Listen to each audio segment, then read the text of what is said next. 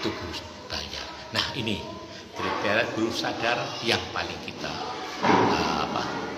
pegang sebagai pedoman, bahwa kita sebagai guru harus guru sadar, di mana kita output dari sebuah universitas dengan fakultas keguruan, baik itu di UIN, baik itu di universitas yang lain, yang penting pendukungnya adalah keguruan.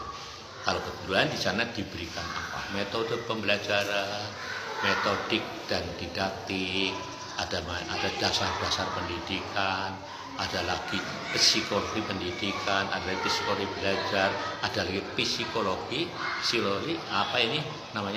perkembangan anak, dan juga menanamkan rasa empati terhadap seorang anak. Nah, ada kejiwaan seorang guru, yaitu dulu itu dalam zaman kuno itu ada namanya ilmu jiwa.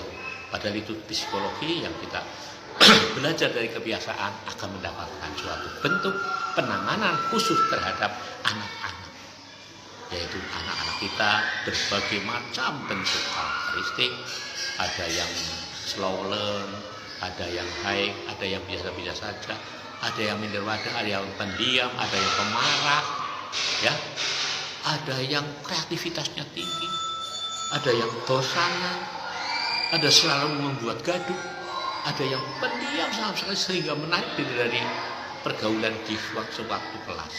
Nah ini seorang guru di sini dijadikan pedoman bahwa guru bisa mengatasi hal itu semua.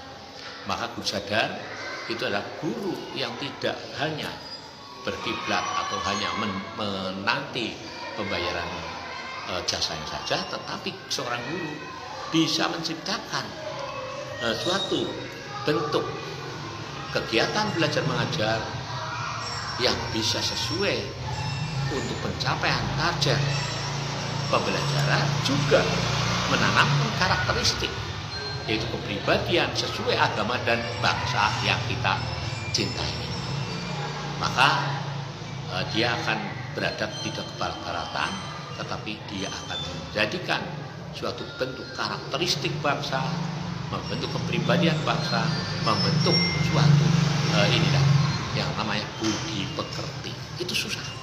Tidak seinstan menjadikan anak mempunyai budi pekerti, tetapi anak dibimbing dari semenjak lahir, diserahkan kalau sudah besar diserahkan kepada seorang guru, dan ada kerjasama antara guru dan wali murid, menjadikan anak ini ada kesepakatan bagaimana seorang guru bisa diterima oleh anak-anaknya, karena apa? Kerjasama.